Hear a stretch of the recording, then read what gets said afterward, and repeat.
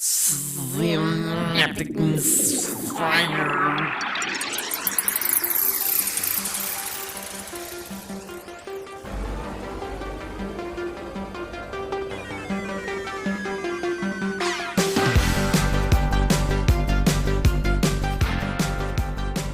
You find that out later. Spoiler alert for anybody who hasn't watched these. Fuck's sakes, you ruined it. Spoiler for an 80-year-old movie. Good God. Yeah, exactly.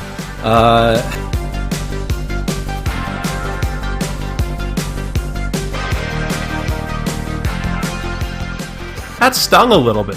That did.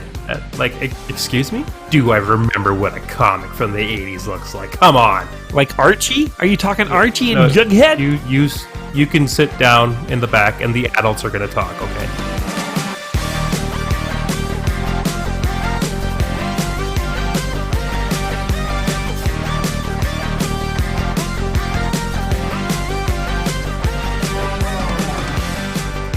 Good day and welcome to Synaptic Misfire. My name is JP and I'll be your host. The first chuckle fuck joining me today is Derek. Couldn't leave well enough alone, could you little twerp? No, you had to push it. Now you're gonna pay. Get him a body bag!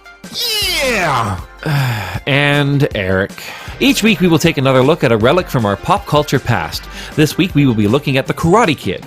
Just in case you haven't heard of the Karate Kid, we figure what better way to bring you up to speed than reading the back of the box. And yes, I mean VHS. Work causes a single mother to move to China with her young son in his new home. The boy embracing kung fu taught him by his master. Whoa, Jackie hold on, Chan. hold on. No. That's the wrong movie. It's a wrong movie. That's, What are you that's, talking that's, give me that.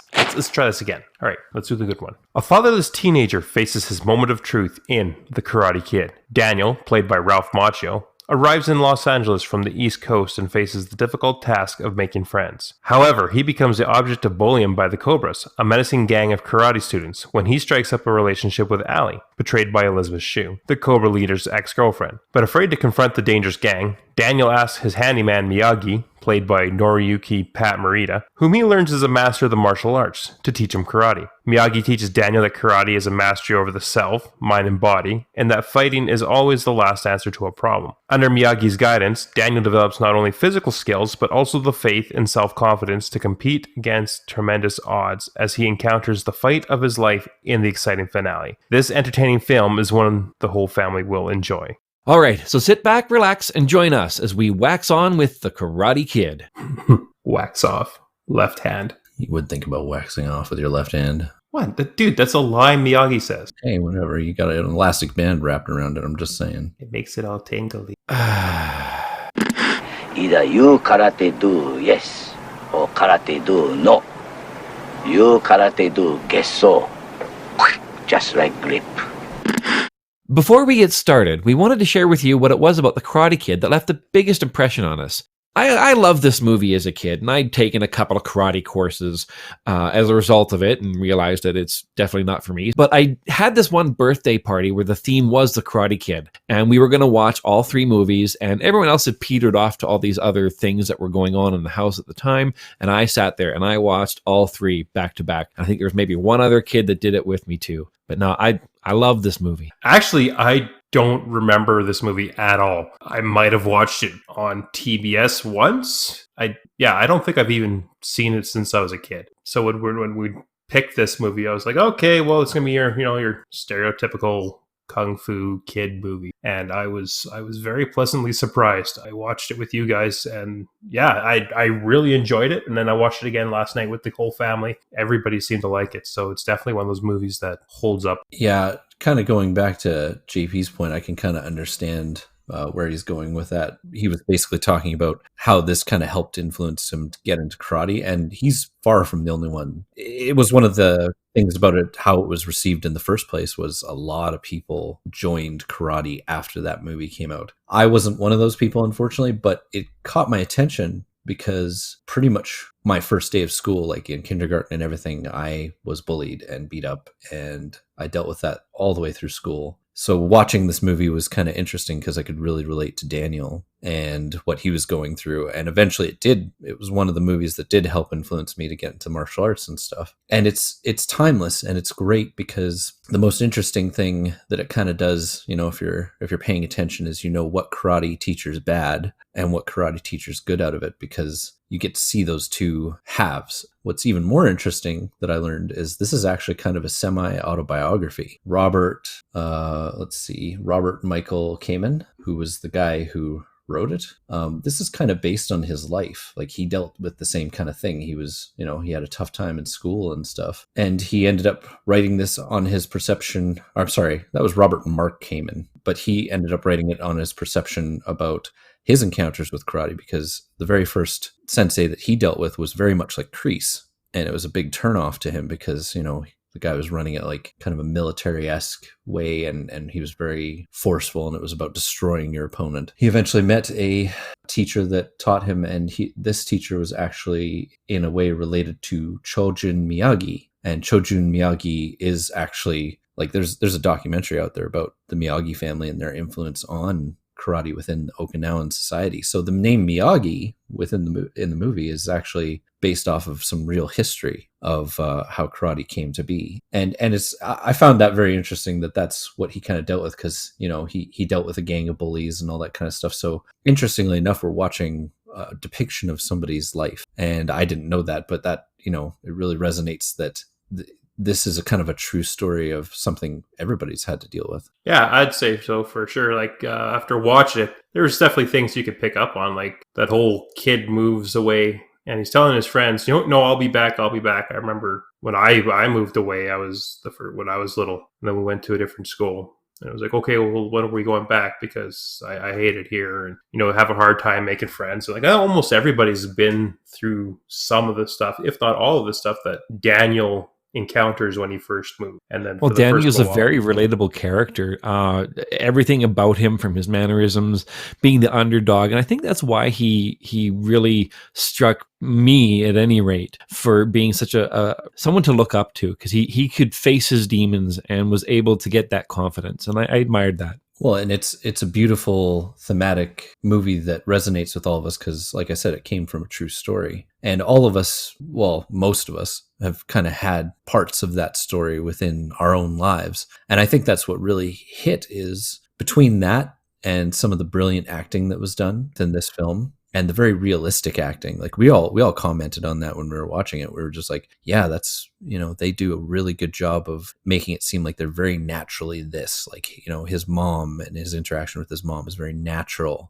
His interaction with Ali is very natural and seems, not forced and not a trope and not just a scene that's set up in lines that are made. They seem to be in a real conversation almost. And you see that right off the hop, right? Like, when they get to their new home, his mom's like, does that little nervous, hey, we're here, because she knows he's not too impressed with the situation. So instead of like the typical line of, hey, we have arrived, or whatever, she's got like a nervous tone in her voice. Like, she's kind of uncertain about how he's going to react. And it's nice little tidbits like that they throw in through their acting throughout the movie. It makes it feel that much more real. And right off the hop, it really drew me in just to that whole nostalgic feeling of what it was like back in those days. Things were definitely a lot simpler and a lot less complicated. At the top of the show, you see these old 80s style cars.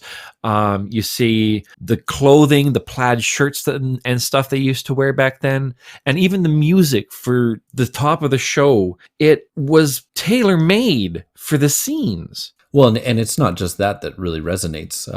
Anybody who's watched that film gets to hear a wonderful score done by Bill Conti. The music is just brilliant because unlike, a lot of movies we deal with now, movies back then used music to help tell the story. And Bill Conti definitely exemplifies that, because even at the beginning, when he's moving from New York, like coming from Newark out to Los Angeles, you get to hear the music and the trip. Like, you hear the journey as they're doing it through the music. And so even if you're sitting there for basically a credit scroll, you're still getting part of the story of the journey, and you're still getting the feel of the journey from Bill Conti. You can actually hear the music shift go from like, we're on a journey, let's go on a road trip. And then it's like, now we're sleeping and it's a nighttime, we're taking a break, and then back on the road again. Yeah, like he really does this great job of exemplifying each moment that he's doing it with. And then it's the same when he's starting to mix Miyagi in. There's a mix of Western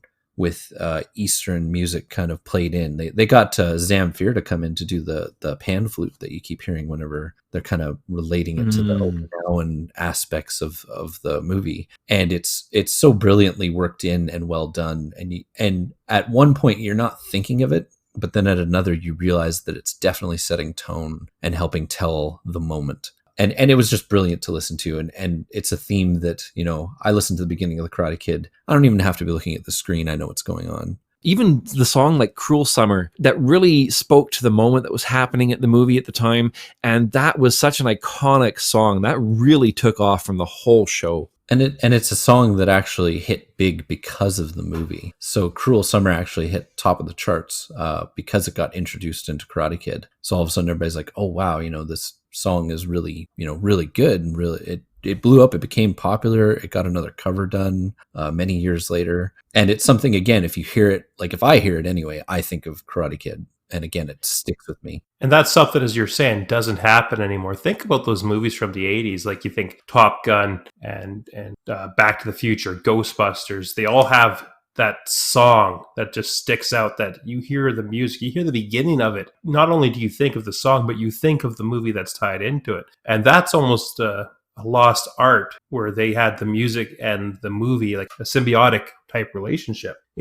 It was fun, right? It made it that much more entertaining. Put a smile on your face. You hear the song play on the radio, or Much Music or MTV, and you're like, oh, I love this song. It reminds me of this movie, and it brings back more memories, right? Definitely the association, yeah. Yeah, and this movie's even got more than one of them that we can associate with. Between Cruel Summer and You're the Best Around, which again is another song I've only heard in this film. I've never heard anywhere else. And then there's an interesting tidbit to go with that. That was actually going to originally be the song featured in Rocky before they changed it to Eye of the Tiger. Oh. So it actually got rejected by Stallone, and then they turned around and they used it for Karate Kid. Karate Kid's like, yoink. Fine, we'll take it. Mine now. Sylvester Stallone's trash. I'll use it. And not only is the music really good with this, the scripting is fantastic, because not only did they go with getting a good tight script, they made sure that there was a lot of actor chemistry. They had to see them work and interact together to know if this was going to be the person for the role. They didn't worry about looks, like, oh, we got to have this actor in because he's real pretty. No, we went with the people who did what we needed them to do. It's interesting how many people they also kind of almost went through to get to those people that worked well together. Like for Daniel, there was Sean Penn, Robert Downey Jr., Charlie Sheen, Emilio Estevez, Nicolas Cage, Anthony Edwards, Tom Cruise, and Eric Stoltz were all considered long before Ralph Macchio. But Ralph Macchio's performance in The Outsiders is what really kind of convinced them, yeah, this is the kind of kid we want with it. Someone that has that. I don't want to go and shit on Ralph Macchio too much, but kind of have that wimpy appearance, but with an attitude behind it. Yeah.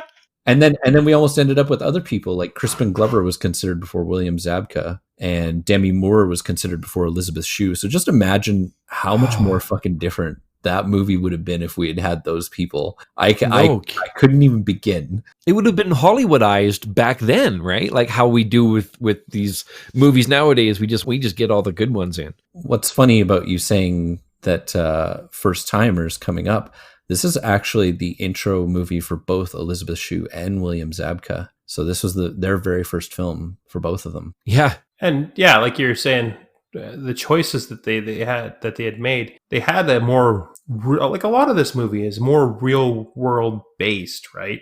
Like these looks, they're just average people. Like look at Ralph Macchio. He's a scrawny guy. His half the time he's kind of got that awkward gaunt to him. The mouth is kind of slacked open a bit, and he just has that attitude, that big chip on his shoulder from being moved across the country. And he's got the typical teenager attitude, right? Oh, like who here hasn't karate kicked a gate door open? Like when you were a kid, I think everybody's done it. And then he smokes that kid in the head, and the kid's like, well, that was pretty cool. Is that karate? And he's like, oh yeah, I know a little karate. And then he goes, have you ever used it? And he's like, oh, once or twice, because he's got to bolster himself up to the new kid, right?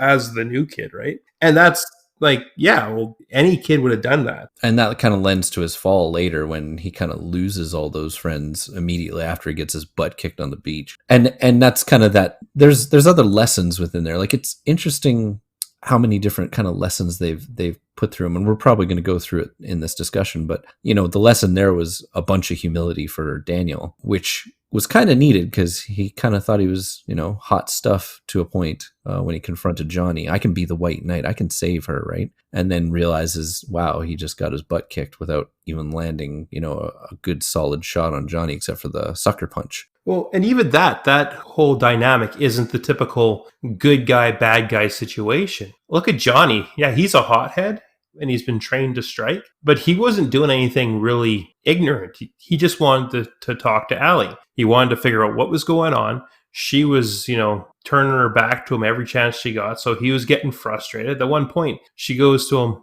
or he goes to her, has her stereo, and he all he wants to do is talk to figure out what's going on. And he goes, if I give you your stereo back, will you talk to me? And she says yes. So he hands the stereo back. She grabs the stereo, looks at him, gives him this snide smile, and frickin' hits play on it. Well, of course he's going to lose his temper. I don't know. I'd have been pretty pissed off too. Well, it didn't help that Johnny's a hothead on top of that, and she knew that going into doing what she was doing. But the thing that made it even worse for Johnny is his reaction to Daniel was not really incorrect, and it wasn't good versus evil either. Like, a lot of people would probably get that impression, because immediately a lot of us side with the underdog, and Daniel was definitely the underdog. But the problem was he kind of stuck his nose into it. He wasn't supposed to be in there, and he decided, I'm going to jump in there and help. And in Johnny's perspective, it's like, this has nothing to do with you. Why the hell are you here? And so he spends his first couple times just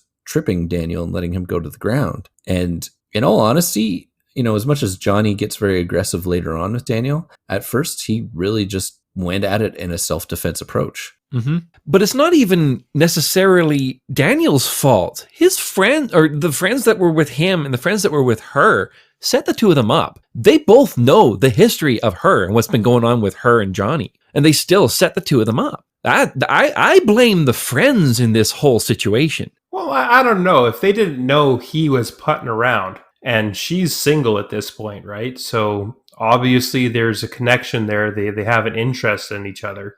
What's the harm? Like, apparently weeks, they'd been separated for weeks. And it isn't until Johnny and his friends show up, that's when the mood changes, right? Because he's sitting there, they're goofing around with the soccer ball, and as soon as she notices them, that's when she boots the soccer ball away accidentally for him to go get. So really, I don't blame the friends. I think I blame her more than anything. Just working it both ways. Yeah. Well, she could have not instigated things with Johnny. She made it worse, whereas she could have just said to him, look, can we talk like another day, like tomorrow or something? Yeah. And they could have talked, but she decided, no, I'm going to be kind of a... taunt him. Yeah, and it's really, it's hard to say all that about Allie, because she's kind of my first crush. I really got a soft spot for her, so I don't want to trash her too much. But at the same time, she's in full control of the situation. Like, she could have easily gotten Johnny to kind of back off if she had said the right thing to him. But he decided to be a little bit aggressive with her, so then she decided to ramp it up, and she knew how he was going to. She knew what type of person Johnny is. And then it's just Daniel stepping in and thinking he's doing the right thing. He's just trying to help, yeah. Well, but he's making it worse, because he's full of his own kind of piss and vinegar. And who threw the first punch in that situation too? Well, no. Now that if you really want to get into it, he didn't. He didn't get the first punch in. He tried to, and Johnny tripped him. He swung first. He tried to again. Johnny tripped him again. Then Johnny kicked him a couple times, and then he got the sucker punch in,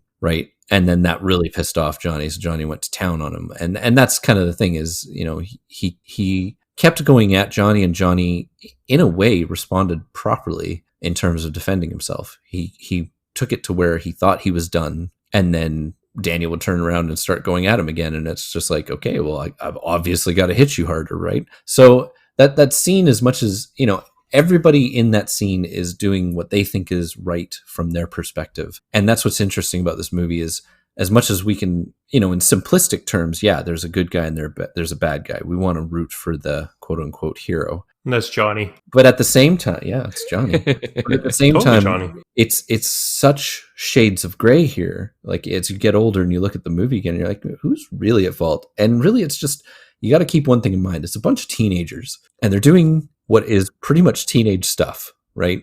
They're not acting like older people who would probably talk some stuff out and figure out things without having to get all violent. No, they're a bunch of young teenagers, and they're acting just as teenagers do. As teenagers do, and we've all seen it. Like, we've all gone to high school, and that's the other thing that kind of resonates with this movie. As you go through the ages and you get old enough to understand, and then you get older and you look back at it, that's where you can start picking up all the differences. And so it's timeless in the sense that as a younger person, you can enjoy it for one reason, and you get older and you can enjoy it for another, seeing all the different shades of gray. And then after this scene here at the beach, there's that's where we get the Cruel Summer song, and they're all outside and they're playing soccer or something like that. And the outfits that they're wearing, oh my God, I forgot how terrible the gym outfits used to be back then. And the short shorts and the ripped off sleeves.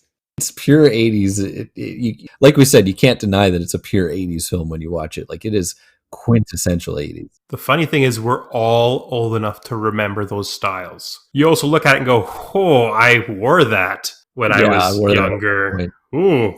And it so mirrors reality, especially for what we remember. Did they even have a costume designer, or was it all just, hey, you wear whatever you got in your closet today, bring it to work? Yeah, well, to a point, they probably could get away with some of that, but I'm sure it was planned to a degree. Like, when you see the skeletons, when you see the Cobra Kai show up and they're all wearing kind of similar red leather jackets and stuff, that's showing their team unity to a point. And Daniel's choices of constantly wearing a plaid overshirt, I'm sure that was planned as well. Hey, I rocked that in elementary school, and I made that shit look good. Yeah, did you? Did you wear the headband too? No, I wasn't that cool. He wasn't headband cool. He was crane kicking everywhere. I can just imagine it. Well, maybe. No. Yeah. What? No. Yeah, you were. Yes. Trust me. Yeah, see. Anyway. I really enjoy how well they interact with each other, because there's another spot here coming up where his mom and him are having a conversation, and just the way they talk to each other and the nuanced behavior, they have a lot of that chemistry. You can see that there's that caring. The mom comes in, gives him a kiss on the top of the head, and he just kind of like, pulls away a little bit, but doesn't totally over exaggerate. Yeah, he doesn't have that big old, oh, mom, ew, no. But that's one of the things I think we go back to a lot about this movie is chemistry. Chemistry makes and breaks a movie. If your actors and actresses don't have chemistry together, it's hard to get into. But they had great chemistry all across the board. Like, even say Johnny and Allie, they definitely had the tension between them because of their past relationship. And then, the relationship between Allie and Daniel, you sort of had that, young love, the puppy dog eyes with each other. And they joked around and they talked and there was, everybody played off so well. It was great. Well, and every group too. It's interesting that, like, as a side note, it's interesting that they also worked a lot apart from each other and worked with the groups they were supposed to be with. So in terms of like the martial arts training, Pat Johnson is the guy that ended up doing a lot of the choreography, and he is a Tang Sudo karate black belt, and he's featured in the film as the referee at the end. And he took them and he literally split them into groups because he wanted to teach karate in different ways to them, and this kind of helped them develop the type of characters they were going to become. And so they started to play well off of each other because of it. So the Cobra Kai kids were all taught separately from when he taught Daniel and Miyagi, like when he taught Ralph and Pat how to do karate. So they had different kinds. He did very militaristic with the Cobra Kai kids and made them follow a certain regimen and discipline, and then he would turn around to Pat and Ralph, and they'd relax and they'd stretch and they'd take time, and they would be more relaxed with each other. And so you get those senses of that kind of chemistry between them, right? As Daniel develops his relationship with Miyagi, you see him become a more centered and calm person. He finds himself better because he's got that guidance. Whereas the Cobra Kai kids, you can see where they're all high, intense, high energy. They think they're the shit, and they don't mind showing everybody that, doing it all the time. They're with each other all the time. They're hanging around with each other all the time. They're all thinking as one unit pretty much. And so it was interesting that they did that, and I'm sure they kind of did that in terms of the acting, like you were saying with Daniel's mom. Like, it was really well done. You can look at it and you can almost believe that they're actual real mother and son. Randy Heller she's a heck of an actress. She came off so naturally that you wouldn't believe that anything but that they were mother and son. I didn't know the difference. Even the character Kreese, he came off as very militaristic. Like, you see those pictures of him in the military and the gun on the wall as they're walking into the dojo for the first time, and he's sitting there like just barking orders at his students. Like you were saying, if that's part of their training, then that helps give them that motivation behind their characters. Well, he's a hell of a character too. Like how we said, everybody has their own, how they play off of each other. Him, it's just, he embodies fear. His students are scared shit. They respect him, but they're scared shitless of him. Like, and you'll see that later on down the line where he'll do something or say something that they kind of question, but no one dares to say anything. And even as a viewer, you look at him and he starts talking. He's very imposing. Mm-hmm. Well, and that was another smart move on Pat Johnson's part. He separated Martin Kove from everybody as well. So Martin Kove didn't even get to really meet the Cobra Kai kids until they started filming. So when you see him kind of walk up to them and they're all nervous around him and, they're like giving him looks, it's because they don't know how much karate he knows, like if he's been trained in it before or not. They don't really know anything about him. Mm-hmm. And then the second was they didn't know what type of character he was going to bring. Up till then, they had been doing his lines for them to do their lines, but he hadn't ever actually been there. So they wanted to keep him kind of a secret. And then they brought him in and he's wearing his gi and he's got his hands tucked into his belt and he's doing that slow but methodical walk to really emphasize, I'm power. Then they unleash a fully prepared Kreese on their students. It's crazy. I bet they were crapping their geese. Well, they look like they were too at certain points. He's getting in their face and he's doing his line, like telling them about fear does not exist in this dojo, does it? No, sensei, and he's making sure he's there to get in their faces and make them feel kind of uncomfortable, but they're supposed to stand there and just kind of accept it and know that it's coming. And so he wanted to really intimidate them to make them feel intimidated later. And he did a good job. Oh, it's brilliant. And Martin Kove, if you get to see Martin Kove on a regular day, he's a very approachable, gentle guy. But in this movie, he's got to stare. Like, there are certain points when the camera's on him and he's got this glare. Oh, yeah. You're like, holy shit, this guy is the pure representation of evil in this movie. Well, even when he gives those relaxed looks, like he's sort of gauging you. He's analyzing you and trying to figure out, how to take you down or something. I don't know, but just that relaxed look alone is freaking intimidating. I don't think there's any moment in that movie where he doesn't come off as anything less than. And it's pure attitude from him too. Like, comes up to you and goes, here or on the street or in competition, a man faces you and he is the enemy. We do not train to be merciful here. Mercy is for the weak. Here, on the street, in competition, a man confronts you, he is the enemy. An enemy deserves no mercy. And the enemy deserves no mercy. Like, he gives that throughout everything he does. His every action, his every movement is like he's planned for war. And that really gets emphasized by seeing the picture of him. He's a Vietnam vet. And in his mind, he's come back from that and everything's the enemy. Outside of Cobra Kai, everything and everyone is the enemy. That's probably why Miyagi, he looks at him as such a foe. Well, and Miyagi's attitude changes when he meets him, because at first they went there to just talk to him about getting Cobra Kai kids to leave Daniel alone. And Instead, Miyagi gets to meet this man face to face, and then when he comes up and he approaches him, and he has all of his students behind him in an active force, basically, Miyagi realized what he was dealing with, and he knew at that point just asking him wouldn't be enough. And that scene was great too, because Miyagi, he did what he said. He went into full karate mode, and he did not take his eyes off his opponent. If you watch him in that scene, he doesn't even freaking blink. He stares at him the whole time. He needs to be ready for Kreese in case he decides to attack. And it's funny too, like how we mentioned earlier, how the conflict between Johnny and Daniel, there's no real bad guy there. But if you look at Kreese and Miyagi, there's your light and your dark. There's your good and your bad. And it just goes to show that people are a product of their environment, right? Like it depends on if their teacher is more like Miyagi, they might not have been as hot tempered. They would have been more centered, and things might have developed in a different way. Whereas, say Daniel had gone into Cobra Kai, he wouldn't have been the same guy. Well, and that's what Robert Mark Kamen was trying to emphasize, was he was showing the type of teacher you probably shouldn't look for versus the type of teacher you should look for. And that's why he wanted the light and dark to be them. Everybody else is a scale of gray in between, but you got Miyagi as the ultimate good guy and the type of sensei you should want to find when you do martial arts. And then you have Kreese sitting on the other end.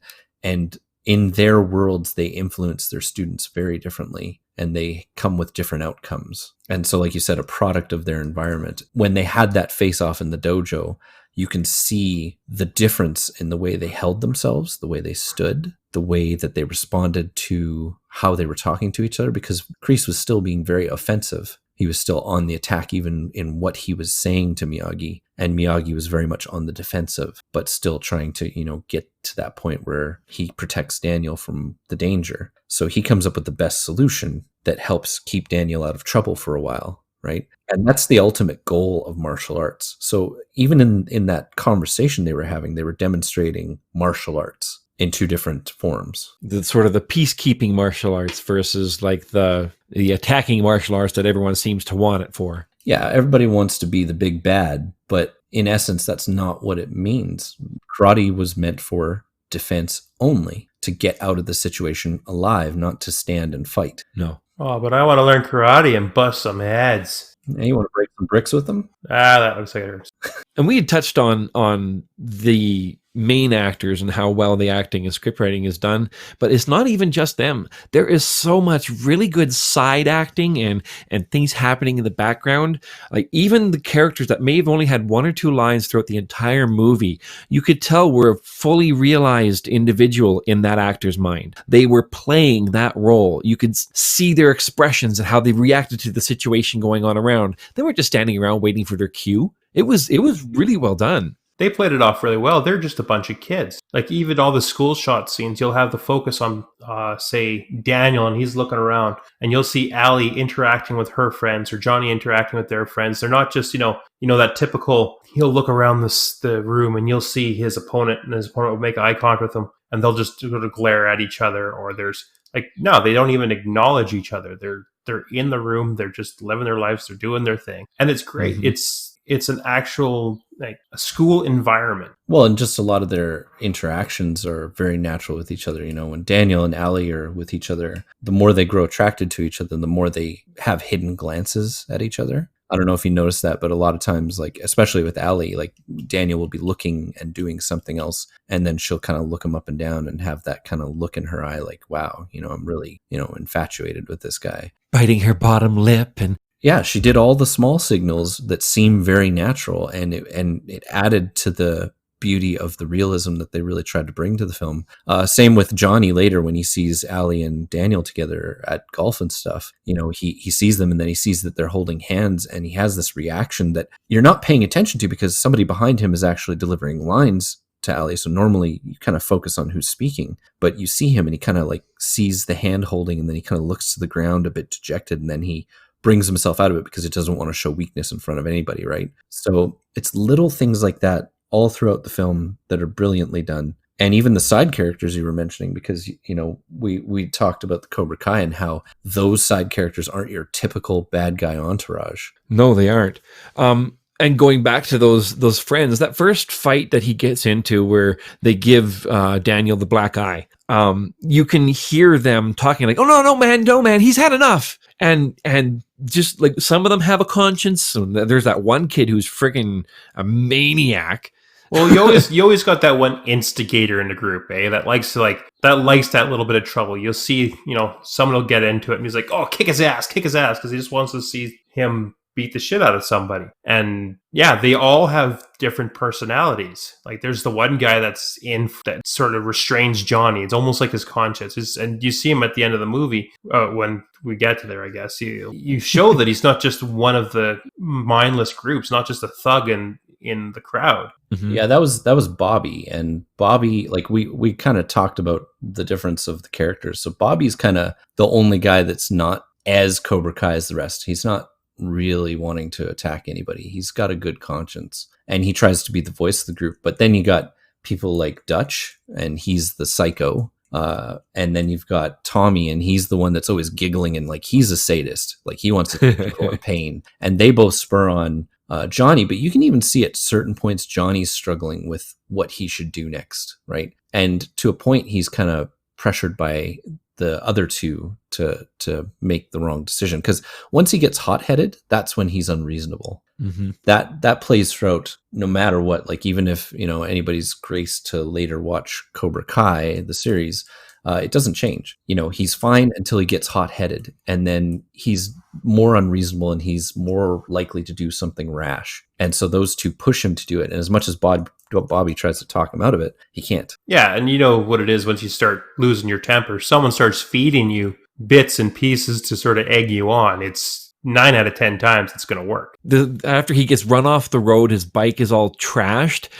I like how he throws the bike into the dumpster like it's the bike's fucking fault. He's all mad at the bike. Then he throws his little hissy fit on the wall, and then eventually we get to the first real interaction between Miyagi and Daniel, and we kind of get that first lesson where he teaches him peace. Well, let's take a step back here. If that was me throwing a perfectly good bike out like that, I'd have had my ass kicked. Yeah, it's amazing his mom didn't actually go off the chain on him about that. It's like, whoa, those cost money, young man. Get that out of the dumpster right now. And it's made very aware throughout the movie. They do not have a lot of money. So he's sitting there and throwing his fucking bike out. Man, your hide's going to get tanned. And you know what? It's the 80s. There's going to be a belt or a wooden spoon involved. He's going to be fucking hurting. Hey now. We're trying to bring back the magic of the 80s, not the other stuff. Hey, I'm just saying, I saw him do that and my ass started to hurt because I knew. Red ass Patronum. Yep. Yeah, you don't just throw a bike out. But regardless of that, he goes on another, he loses it about the whole entire being there thing. And that's another brilliant scene because, again, we felt when we were watching it, Ralph really pulled it off. Like every little nuance, every little thing that he did in his flip out about being there was brilliant. You really felt he was exasperated and he was at his rope's end because, this is the second or third time that he's been physically altercated with this group, and he's just now at a point where he's just like, that's it, I'm done. I want to go home. I want to go where everything's familiar. Like, because you saw him when he left and he had all those people that were waving by as they're leaving and stuff like that. And that's what he wants. He wants the familiarity. And here he's only come across one person that kind of likes him, and at the same time is kind of his enemy's ex-girlfriend. So it doesn't put him in a comfortable position, right? It totally makes sense to have that sort of reaction. I mean, it's like you said, he's getting his ass kicked on a daily basis. He's someplace he doesn't want to be. He's in a home that, it's kind of worn down. I don't know what his place looked like in New York, but that was home, regardless of where they lived was a dump or not. That's what he knew. That was his home. Now he's in a different place, no real friends, constantly getting trounced. Of course he hit his breaking point. And which is why, when JP brought it up, meeting Miyagi was good because he's missing a lot of things at this point. His mom definitely reminds me of my mom, like the whole single mom kind of thing. It's really, really hard because then you're trying to play both parents, and it's really difficult to make a balance with somebody who, is a fairly hot-headed kid. And I kind of had the same interactions with my mom. So it kind of, again, it as I got older, this movie hit more home, and she's trying her best, but there's still something missing. And that's when Miyagi comes in, and he's filling like a dual role. He eventually fills a dual role. He fills the role of an older mentor figure that he's kind of missing with his dad, who's been gone because his father died. You find that out later. Spoiler alert for anybody who hasn't watched these. Fuck's sakes, you ruined it. Spoiler for an 80-year-old movie. Good God. Yeah, exactly. You say 80-year-old movie? Yeah, wow. What are you doing? What are you Movie doing? from the... Okay, I'm sorry. I feel old, okay? Well, you I look feel old too, so Yeah, you got that. Well, yeah, you're not far behind there, buddy. actually, I think I'm ahead of him. Yeah, pretty much. But anyway, you get back to Miyagi, and he fills that role of a mentor, but he's also trying to give Daniel something that obviously he doesn't have, because in that interaction outside and outside the building, Miyagi hears everything because he had his wall pounded on, and then he went to the door and kind of listened, and he heard what was wrong. And so he knew that this young man didn't have balance. And so then there's the scene with the bonsai trees, and he's sitting there, and the bonsai tree is interesting because he's trying to get Daniel to express his inner self through the tree. What is your inner peace? Now make it into the tree. And he doesn't say it in those words, but that's exactly what's going on. And he's giving him focus to put himself somewhere. Yeah, because Daniel is so lost and confused, and he has so many things he's trying to figure out and learn and figure out where he places, that being able to focus on one thing like that and find the peace, just it's everything he needed. Well, this is where he gets that balance.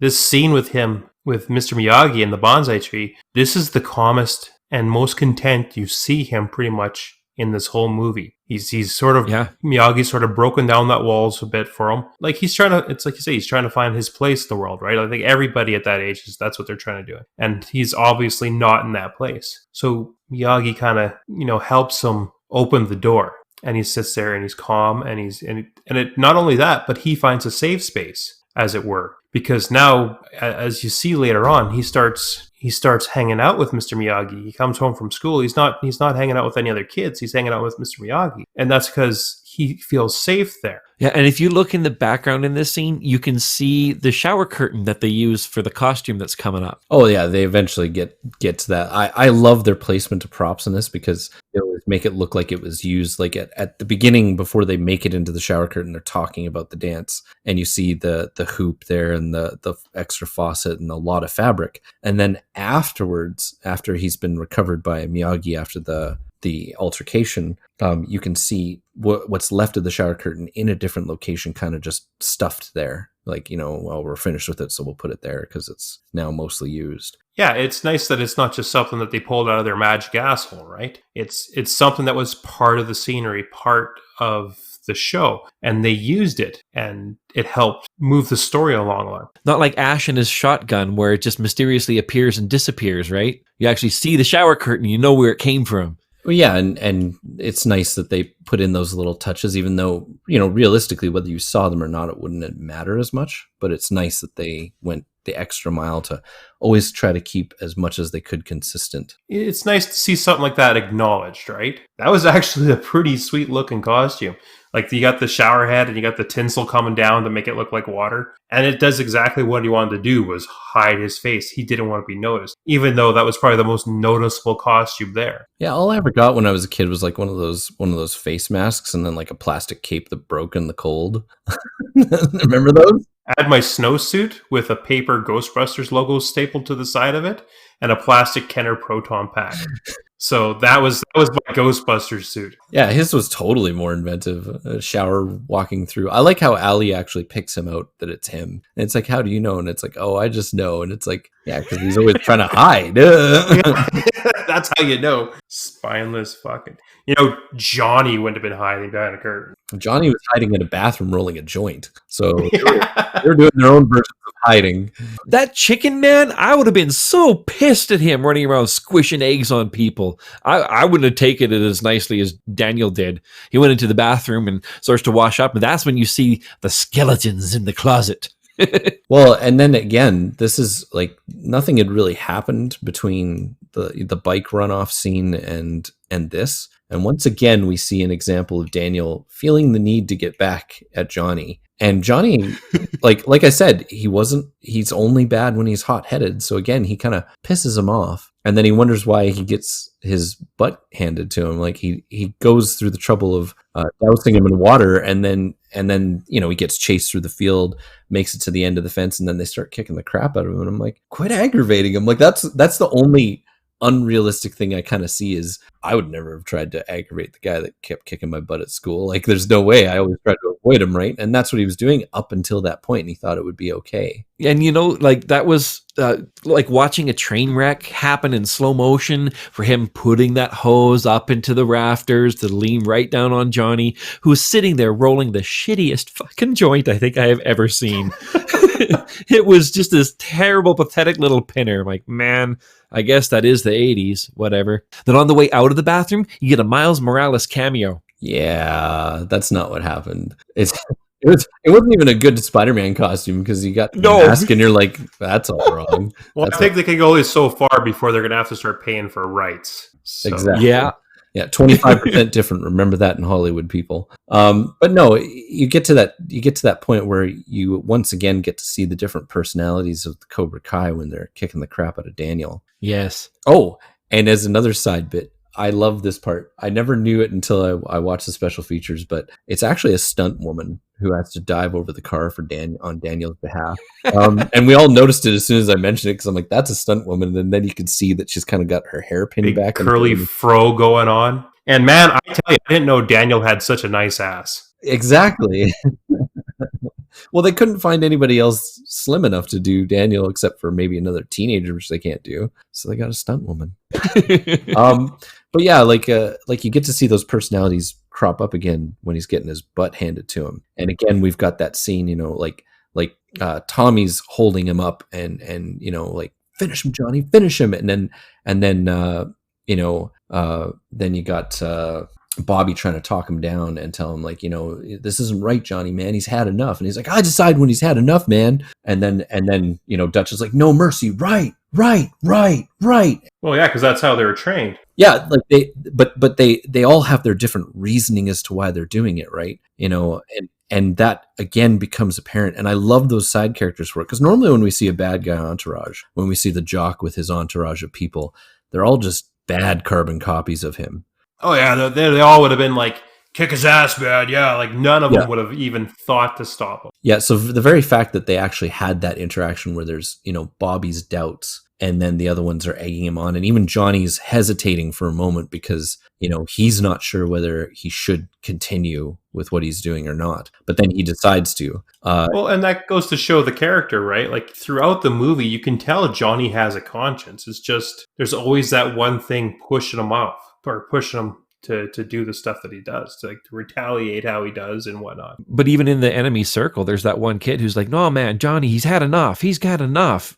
Doesn't he eventually just sort of leave, or is he just sort of like really wanting to get out of that situation? No, because he still wants to stand with his brothers too. And that's the hard part, is these are still the closest people to Bobby. Like, these are his brother in arms, if you want to take it in that kind of sense, because that's what Kreese trained them to be. Yeah. Your brothers in arms. Cobra Kai is a unit, a military unit. And so they gain that bond. It's no different than when we watch other movies where we see differences in people in things like Platoon or movies like that, where there's different types. There's always different types. There's the psycho who likes to just, kill all the bad guys. And then there's the idealist, and he prays to God and stuff. They do that all the time because those are real people out there. They all have a different opinion, regardless of the fact they're meant to be one unit. And that goes to show you their training, like you were saying. You always see them together as a group. I don't think you really ever see them separated, where there's just like a couple of them here or there. They're pack animals. But they're all joined at the hip, because that's how they were trained to behave. Well, and like I said, you could see it earlier. Like, Johnny's wearing a higher end red leather jacket when he's riding around on his bike, and they're all wearing like lower end, because they're not quite as rich as Johnny is. So they're all wearing kind of discount versions of it, but they're all trying to look the same. They're all trying to be the same. They're all trying to walk together. They're all talk together. They all do everything together. They back each other up. Even Bobby, as much as he doesn't want to back him up sometimes, he still does, because these are the people he's supposed to be standing with. And there's a lot of clever editing here when Miyagi jumps the fence and comes in and kicks everybody's ass, because he's an old man and he's not necessarily the greatest at karate, but he has to take on all of these kids. No, I think he did a really good job considering what you kind of learned about Pat Morita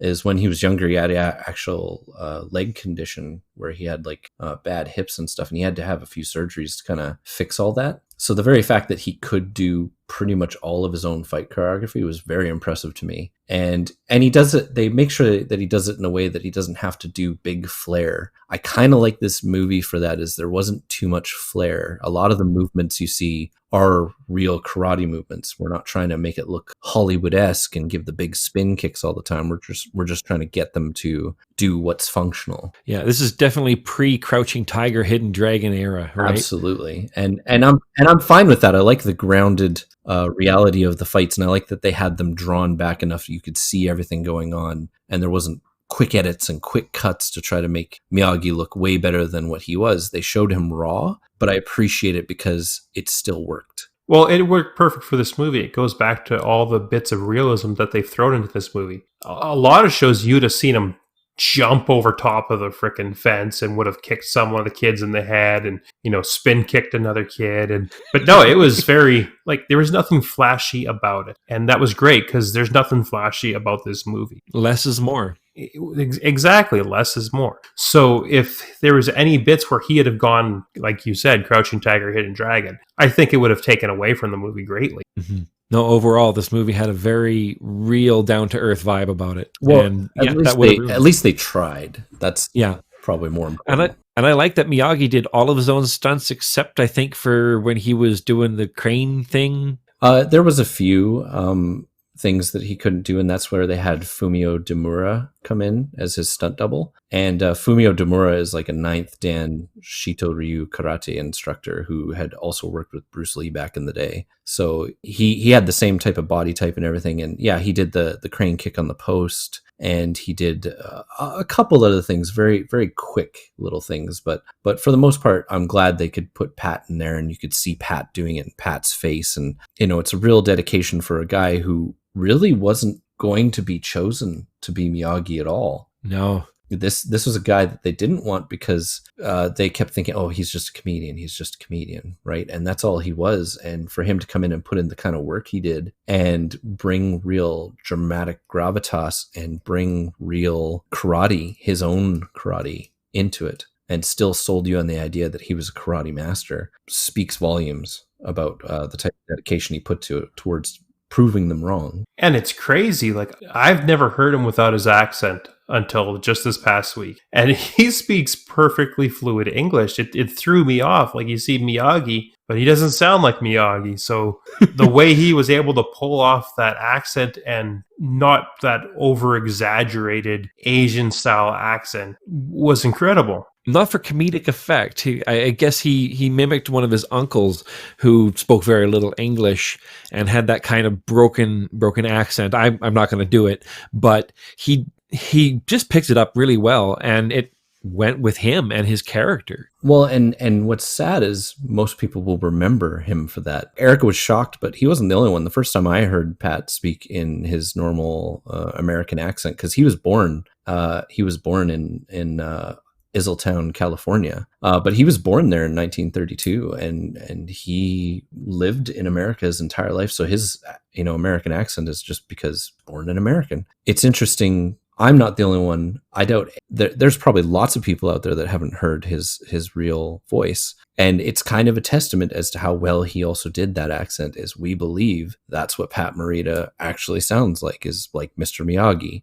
Again, it shows even more that he put into the acting of it, that he was able to surprise everybody with, because again, like I said, he was a stand-up comic, and then he came and did this movie and just blew the walls off with how well his performance came off, so much so that he actually got nominated as Best Supporting Actor. Well, I'm definitely going to have to hunt down some of his comedy work, because I've got to see that, Because honestly, the only thing I've ever seen him in besides this was Happy Days as Arnold. And you get to see his acting chops here in this next little sequence where he's nursing Daniel back to health, and he's giving him the little bits of tea, and they're talking, and he's gauging Daniel at this point to see if he wants to teach him how to defend himself. Is he going to use it for good, or is he going to, just use it for revenge? And Daniel even admits right off the hop, like, revenge. That's what he wanted to do. But Miyagi's like, no,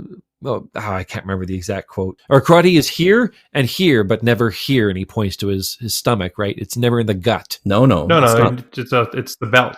Yeah. Oh, I screwed that up. You guys correct me. No.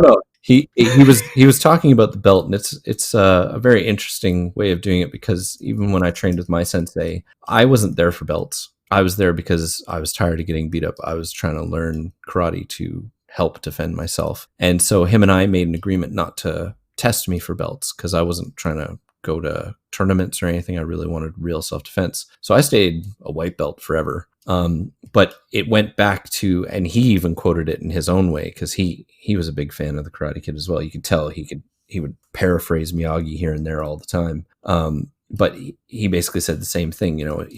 Daniel asks him, what kind of belt are you wearing? And he's like, canvas, J.C. Penney. And he kind of laughed about it. Yeah, he puts out that belt out that laugh. Yeah. And Hearty laugh. he's breaking out a joke, and then Daniel's not really appreciating it, and he's kind of almost disenchanted with this guy. And then he goes, Daniel-san, and he points to his forehead, karate here. And then he points to his heart, and he goes, karate here. And then he pats his around his waist, and he goes, but karate never here. Oh, he was indicating the belt, not the stomach. Yeah.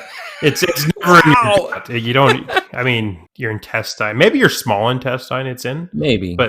It's a pink belt. No, Oof. but he was just trying to emphasize what karate really is. The belt is not something that can really truly be measured, and it's a nice indicator, but that doesn't necessarily spell out that's how good you really are. You know how good you are in your mind and in your heart, and if you're truly honest with yourself, that's how good you are. And so he was trying to tell him, that's not what karate was originally about. And it wasn't about belts. That didn't come until 1922 when Funakoshi revised modern karate so it could be taught in schools and as something around the world. He didn't do anything with belts up until that point as an indicator for skill. So before that, it was just something you did. You just learned, and eventually years later you were better at it. And how good you were was defined by you. A student has surpassed his master. In some cases. Sometimes, yes. But it's like you said, in that scene, he's trying to gauge Daniel and figure out what does he want. And at first he's just trying to feed him on the idea,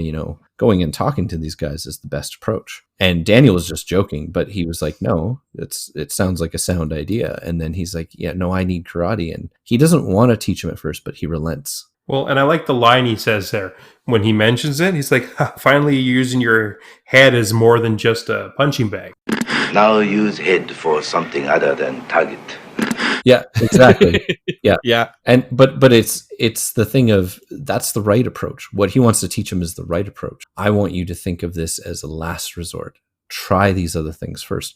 But Daniel's still focused on the idea that he needs karate, and Miyagi relents mostly because, maybe this would be the right way to go, is teach him so he doesn't have to learn how to fight. And that's something that they talk about later on the scene where he's standing on the end of the boat, and he's trying to again gauge where Daniel is at this point in his training. And Daniel, mentions like, I learned how to fight so I don't have to fight. And then he goes, Miyagi has a hope for you yet. Right. And that's true, because that's what he wanted to give him enough confidence to now not feel like he should have to. And just up in the back of this scene, you can see the leftover material from the shower curtain they used. You're really stuck on that shower curtain, aren't you? You really love that thing. I want to get wet. Hey, now. Probably has more to do with the polka dots than anything. You just like the little patterns. The cool thing about this scene is it was all done in one take. That was another thing I really enjoy, and it's something that you don't get to see in Hollywood as much. I mean, every once in a while, a director will be very bold and want to do something all in one take. What I love about it, it's not just one take, but it's one take, one angle. Mm-hmm. They barely change it. They shift the camera as, Miyagi stands up and walks over to him. But, they keep them both in the scene at the same angle, and their timing is good, and it all feels natural again. You feel like it's natural conversation again. And that's what I really loved. Like, I loved that they could nail chemistry down to the point where it's so flawless. That you can do a full long scene like that and have it turn out properly. And it'd actually be a pretty in-depth scene too. Like it's not just a simple conversation. Like he's telling Daniel he's not going to train him. And Daniel has that fit. And he's like, okay, sure. Now I got to carry your weight and, thanks for nothing, all this other stuff. So he's that hot temperness, like, it's not working out for him. So he just lashes out because he's not centered, right? As we were talking earlier. So everything's still built up inside of him. He just hasn't found that way to properly release it. The one thing that did bug me about this scene, though, was how Miyagi barely looked at him through the whole conversation. And there's probably a reason for that, but it's like you're talking to him. Look at him, dude. Look at him. Look at him. Yeah. Fuck's sakes. Yeah, he definitely made a point of not looking at him through it. And maybe it's because he wasn't a threat. I don't know. Well, no, I don't think it's anything related to that. It's just maybe he's trying to distance himself from the situation, because he even says that he's like that. It's where I can't remember how the line goes, where he says it's smart for him not to get involved. So maybe if he doesn't keep that eye contact and talk with him like he always has, if he just looks off in the distance, maybe that's his way of disconnecting himself from it. Yeah, so he doesn't have to feel as committal when he's talking to him, or it's that whole thing. Don't look a sad puppy dog in the eyes, or you're going to give him the treat. I don't think it was so much that. I think Miyagi wanted to really hear what was in Daniel's voice. I think he was focusing on what he was saying because he wants to gauge what type of person he's dealing with here. And it's like you said, like this was the whole entire thing was to gauge his response. He'd just gotten beat up. He's angry. He's upset. He's young. And he's trying to figure out what Daniel wants to do before he does something. And even then, he doesn't want to get involved. But of course, Daniel kind of pulls his little thing. Oh, thanks a lot. Thanks for nothing. But the thing is, Miyagi's not trying to not help Daniel. He's very much trying to help him. He's just trying to help him in the right way. And he knows if this kid's going to charge off and just keep picking these fights with these guys, it's just going to keep getting his butt kicked again. So at that point, he's sitting there going, well, that kind of forces my hand. It's better to try to teach you and hope you get to understand what I just tried to tell you. Because he tried it as just advice, but he had to teach him karate to get him to that point where he understood. Well, even before he decides to teach him, they decide to confront the problem. And I'm not even sure if yet Miyagi has said he'll teach him karate, or just said, hey, let's go talk to these other guys and find out.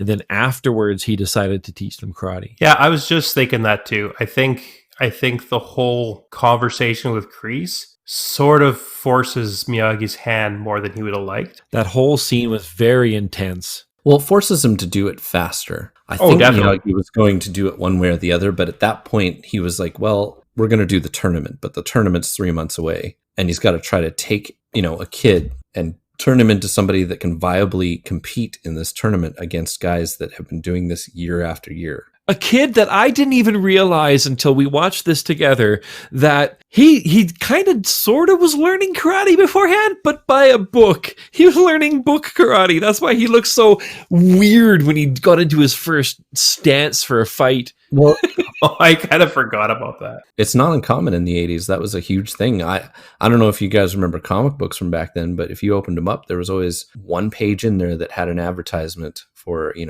learning the deadly martial arts with Count Dante, and you could send away for it, get a book, and it was supposed to teach you martial arts. If you went to bookstores, they had lots of books that would show you images of karate. Jinshin Funakoshi has a whole entire series based on the modern karate that is taught today, and it had all the forms in it. And a lot of people tried to learn that way because karate wasn't as prevalent back then.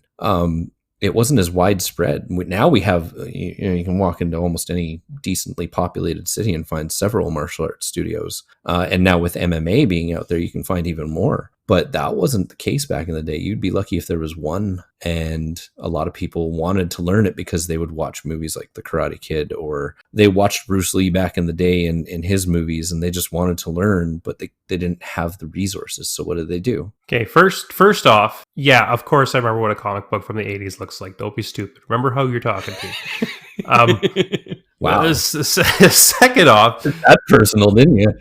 that stung a little bit. That did. Excuse me? Do I remember what a comic from the 80s looks like? Come on. Like Archie? Are you talking Archie No, and Jughead? You can sit down in the back and the adults are going to talk, okay? Can you even read a comic book? Do you know how to read, or was it for the picture? Just tell me. Tell me honestly. But anyways, yeah, like even one of the things that Daniel's mom says after he stepped foot into the Cobra Kai dojo and saw Johnny and all that, and then he's like, "Oh, I didn't want to go there because screw that place is terrible or whatever." And his mom replies with, "Good, because we couldn't afford it anyways." So even if they had some good dojos around, he couldn't go in there because they couldn't afford it. So the book was really his only option. And he even said he took some classes at the Y back in New York. So unlike now, where you can go to any of those places like Derek had mentioned, or even I'm sure you could find a million videos on the YouTubes that would show you how to do it, whether you're doing it properly. I mean, look at how he was kicking with the book. So it's really hard to say what's going to be the finished product. Well, you remember how impressed Miyagi was with when he saw him doing those kicks? Oh, you learn karate from book? And then he's like, yeah. And he's like, oh, yeah. And he kind of nods his head and then goes and fixes the faucet. Like he was about that impressed, right? Like, And you see a really good difference between like Kreese and his way of doing things here as opposed to Miyagi. And Miyagi definitely sees it. And I think the way he treats his students, and they're having a spar in the middle of the arena when they walk in, and the one kid hits the other one, knocks him down, and then has like the hand at the throat. Okay, done deal. And Kreese says, no, finish him. You're not done yet. Finish it. So I'm like, what is he expecting him to rip his heart out Mortal Kombat style? Like, these are kids. And I'm sure Miyagi felt the same way. again, that was Bobby. And it was just showing once again Bobby's more soft approach to things, right? And he's like, what are you waiting for? Finish him. And then Bobby's like, okay, I'll get in there and finish him. Like he does what he's told, but he's very reluctant. And that goes back to Kreese's whole stance, right? What's one of the things they say? No mercy. Your opponent's down, but he'll get back up. So you got to make sure he's not going to get back up. Yeah, no mercy. And he wants to really drill that into these kids' head. And then the dojo standoff. I mean, there's a million things that are very interesting about it. I like it for not just what was done in terms of their verbal confrontation, but many of the subtleties. It's interesting that Miyagi also relents to Kreese to a point, because he basically says, you come into my dojo and issue a challenge. You don't just get to do that and walk away. And Miyagi realizes, yeah, this is still his dojo. And regardless of anything, even if this guy is a complete asshole, Miyagi is so wrapped up in the tradition of karate that he understands that a sensei's dojo is still his domain. And what he did is almost exactly what Kreese interpreted as. So then it forced Miyagi into a position to, yeah, I did issue a challenge, didn't I? You come into my house and you issue me a challenge, motherfucker? I'm going to kick your ass. Yeah. Well, that's it, right? Like the moment they stand in there, Daniel's sitting there looking all nervous, and Miyagi's sitting there standing tall, arms behind his back, standing respectful, because it's Kreese's house, right? Yeah, and that's why they waited as well. They didn't try to interrupt or anything, because he's stepping into his dojo. He has to show the dojo its respect, because regardless of if it's a bad teacher, it's still the bad teacher's dojo. And that's a huge thing. I could go to somebody else's dojo and I would still have to show proper respect, even if I didn't like the sensei there. I got to walk in. I have to bow. I have to take my shoes off, all those things, because it's still a sign of respect to what it means traditionally to these people.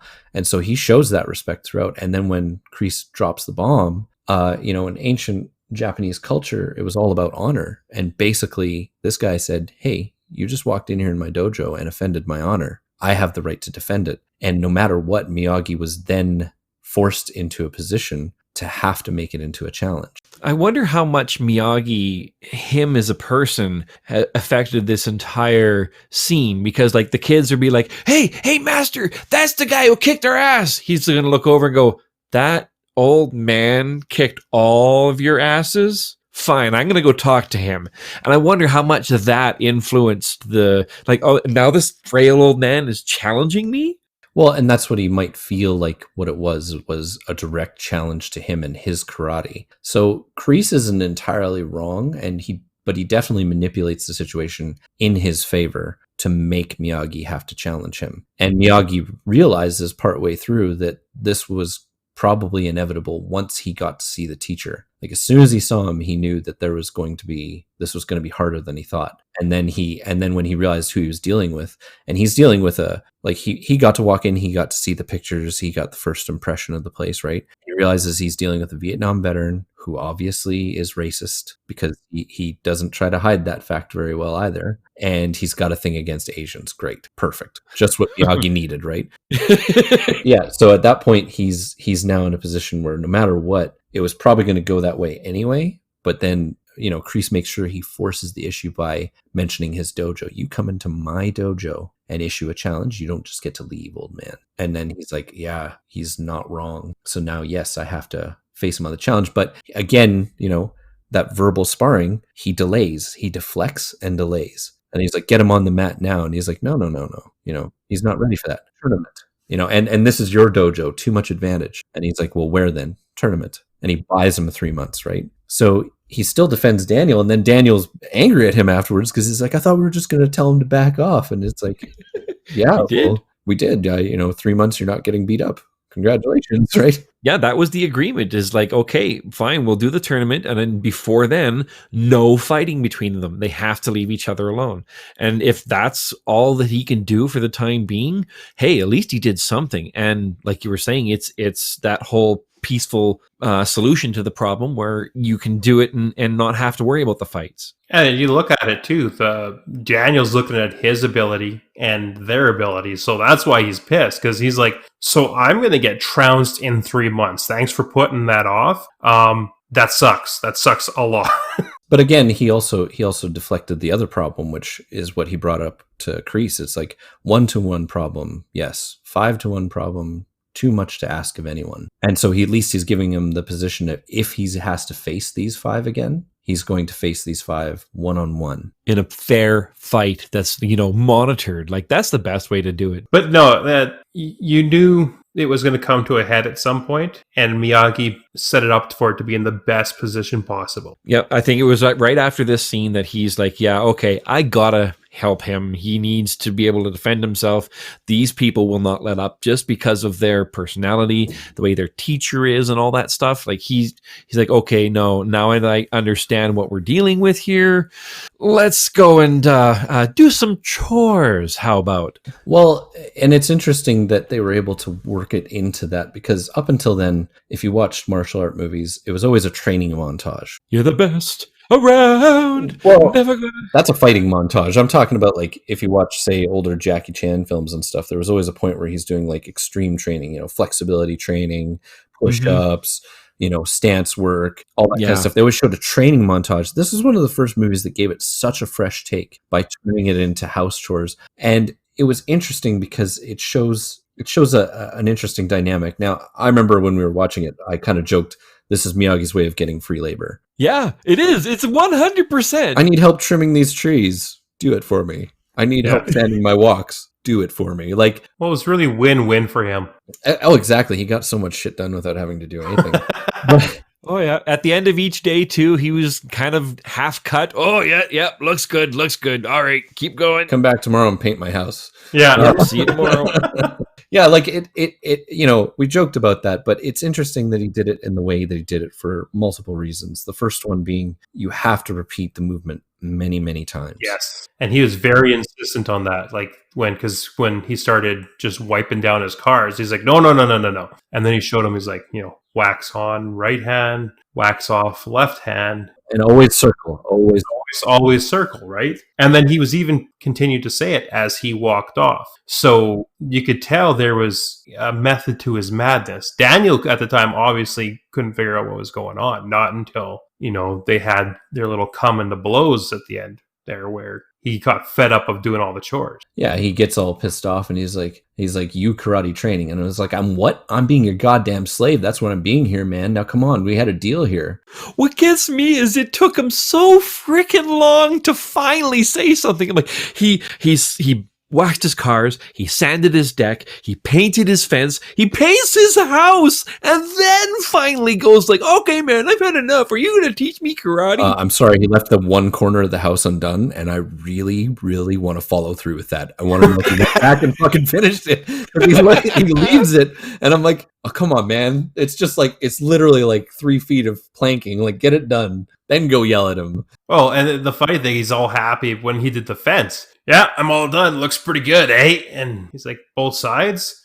And you could just see his heart sink. It's like, well, no, not yet. Yeah. And gets up and just slowly walks off. Just like, It's really great, though, because it also showed Miyagi something. It showed that Daniel had a measure for patience. Regardless of the fact that it kind of pissed him off and everything, he still went through with it because he was trying to figure out what this guy wanted from him before he could karate train. Well, and it showed you how serious he was about it, right? Exactly. He showed up every day, 6 a.m., ready to work, even though he didn't want to work. Yeah, and he'd be pissed off. This sucks. He was not impressed with it, but he went through with it. And he did it for a while before he finally hit his breaking point. A lot of people wouldn't even gotten halfway there. I would have made it through the first car and I'd be like, well, I'm done. But no, like that breaking point when he finally shows him what he's been doing. Like, okay, Daniel-san, show me wax on. And then he kind of just flops his hands and he's like, no, wax on. And then he forces his hand to like do that smack and hit. Like, no, with force. Yeah. Now do it. Okay. Now show me the other thing. And this is a great spot where his comedic, Pat Morita's comedic background comes into play because like it's just so well timed. It's funny, but it's serious at the same time, and it teaches him the lesson. Oh yeah, like his frustrated whenever you do something wrong, and he's like, no, do it like this. But like he's like, now sand the floor, and he drops down, and he's just like his eyes almost roll in the back of his head. Yeah, get up. And then, but I liked it because in that moment it was excellent because he was getting him to the point of understand why I made you do these motions. Yes. Now. You did them hundreds of times, and I wanted it that way because this is what you now get out of it. Now you know the motion. Now you know how it feels. And that last spot at the very end where he just like hi, and just Daniel blocks everything, and he's left standing there like, did I just freaking do that? And Miyagi's like, okay, I'm walking away now. He learned. We're good. When he finally clued him in as to where they were going, what they were doing, Daniel has that realization, right? And he finally figures it out to a point like, wow, that was all for my benefit as much as, Miyagi benefited off of free housework. And you bet he did. Yeah, I'll show you some karate. But at the same time, here's the second kind of thing that I got out of it as well. And it's when you do karate long enough, the movements you do within it, you realize you can put it to other things. I was very uncoordinated as a kid, and I had trouble, kind of putting one foot in front of the other without ramming into something. Still do? I still have my points where, yes, I still do it. But I'm not as bad because I learned so much about how my body moves, and I'm able to take some of that and move it into normal things I do or into other sports that I did. And I found that very interesting. So it's kind of interesting that they made it labor at the same time because you can make your karate work for you in many different ways. It doesn't just have to be directly karate, the punching, the kicking, the blocking. It's what can these movements kind of do for you in everything, right? So it's to add to your entire life. It's to add to the physical enrichment of who you are. Mixed into all of these training scenes where he's doing all the chores, there's a little spot where he's at the school and he's showing off to Allie that, like, oh, look, I can now talk to these guys and they're not going to beat me up. So he goes up and he starts, like, hey, buddies, how's it going? You can see Johnny is pissed. But it reminded me of the Foghorn Leghorn teasing the dog, and then going to the end of his rope and just sitting there letting him bark.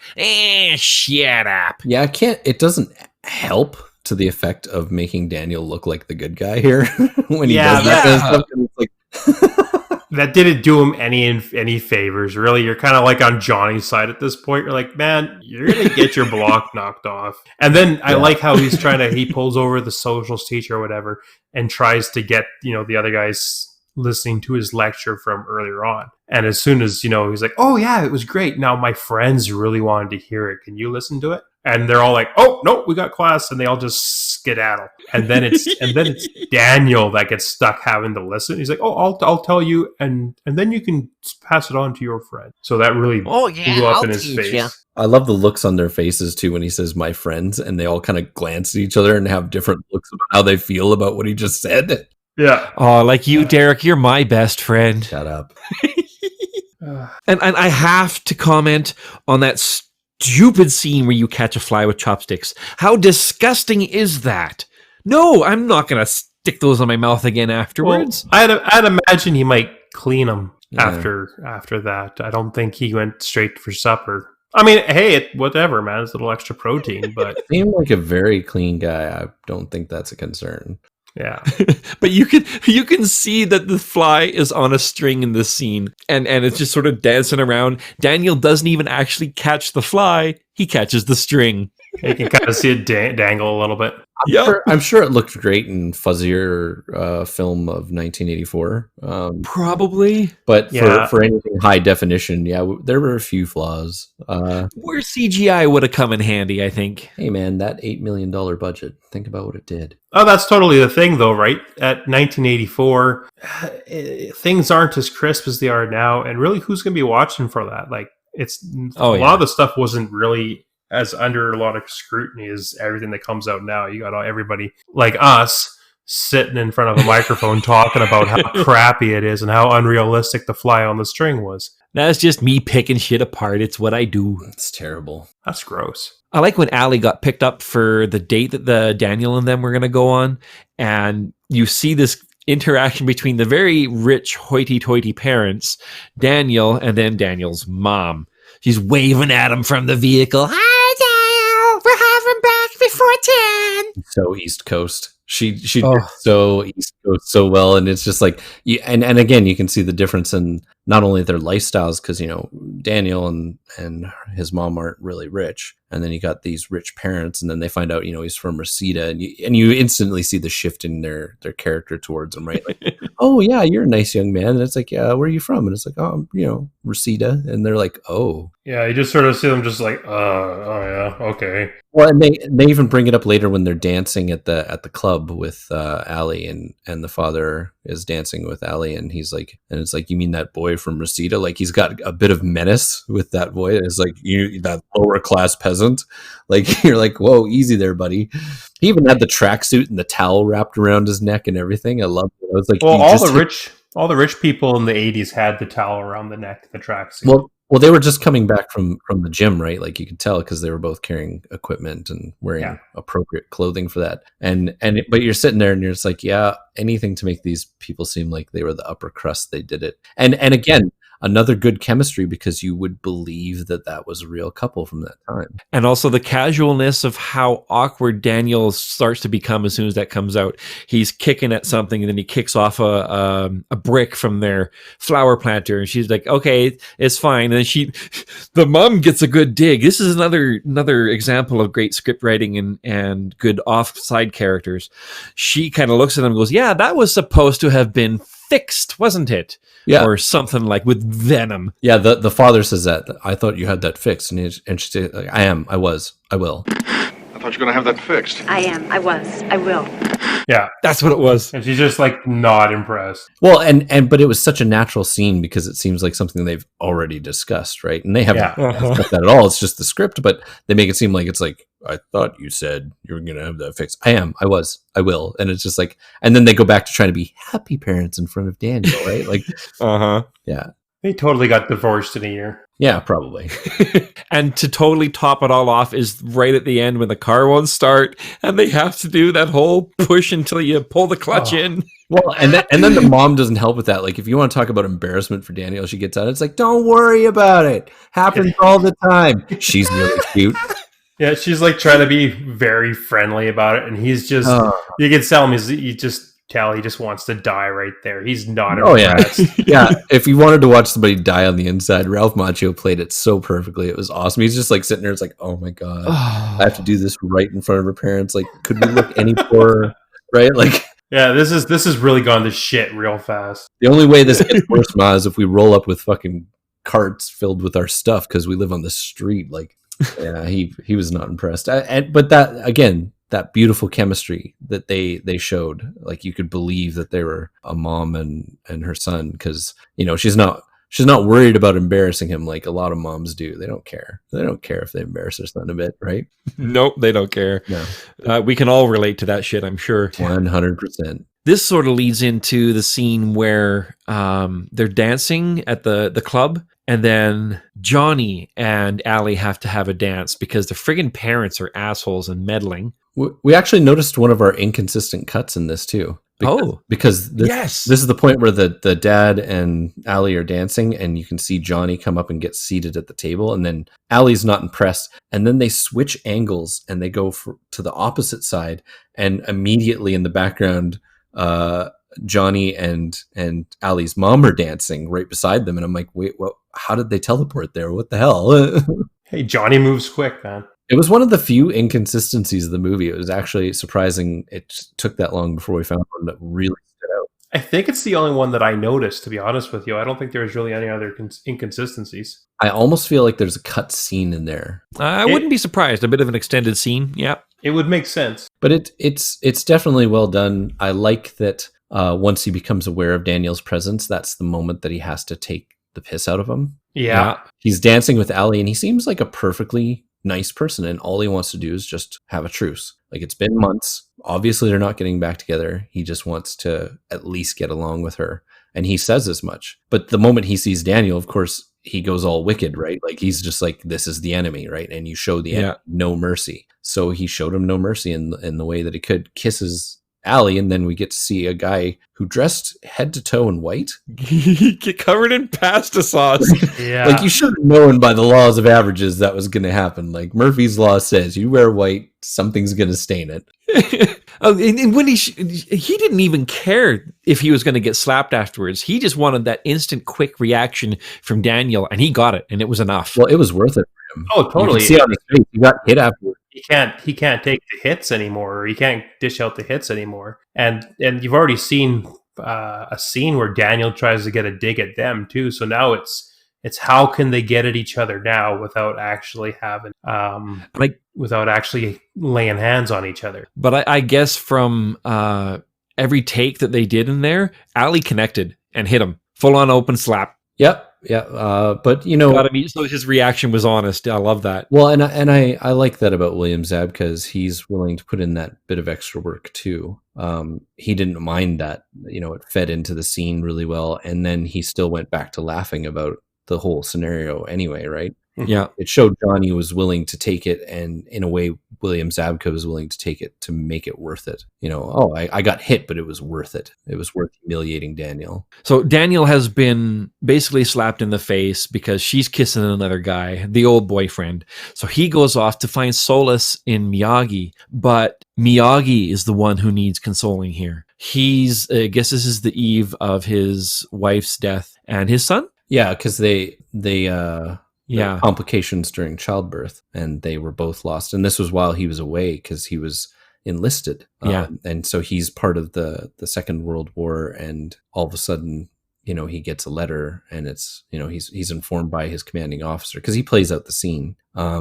which was very moving to see. Like, it's interesting because it starts out almost comedic because he's drinking and he's laughing, and then he does the first scene and he goes, kill many German soldiers, yes sir, and then he laughs about it, and then he goes, Miyagi-san, and he's like, yes sir, regret to inform you that your wife and son have died, and then he breaks. Yeah. And the moment that he does, this is where, like, this was the scene that actually almost got him the best supporting actor, was because he shifted from what everybody expected him to kind of have, that comedic moment being drunk, to something very serious. And this is a totally different drunk, because before he, when he was training Daniel and coming out drunk at the end of each night, he was a happy drunk. This is a wasted, trying to forget something very hard drunk. He's numbing the pain is what he's doing. And it's like Derek said, the tone of the scene completely does a 180. Like, he's sitting here, he's jovial, drink, and he's laughing at Daniel after he takes a shot or whatever, and he's choking and his mouth is just killing him. I'm sure that was actual booze in that shot. Maybe. And then he goes off and he's like, kind of going off and being jovial and laughing about it. And then all of a sudden he starts to kind of relive that moment, and it goes dark. Like, it goes real dark real fast. And Daniel doesn't know how to process it whatsoever. Like, you can see the look on his face. Like, he doesn't know what to do, like, or even how to react or how to respond to it. And then when Miyagi passes out, that's when he sort of pieces everything together, and he sees a completely new light of Miyagi. And this shows the audience that not only does Daniel need Miyagi, but Miyagi really needed Daniel as well. And they've sort of filled that void for each other. Well, that really comes up a little bit later, knowing that Miyagi needed Daniel, because then he does a couple things that are very surprising to Daniel. But before I get to that, just to get back to the scene, there's also kind of something else that Daniel gets out of seeing Miyagi go through his breakdown. And that's, he gets to see it could be far worse. Like, you think you just got humiliated because you got some spaghetti spilled on you? And here's a man, like, he goes through his stuff and he finds the newspaper clipping. It's like, here's a man whose wife and son were lost due to childbirth complications.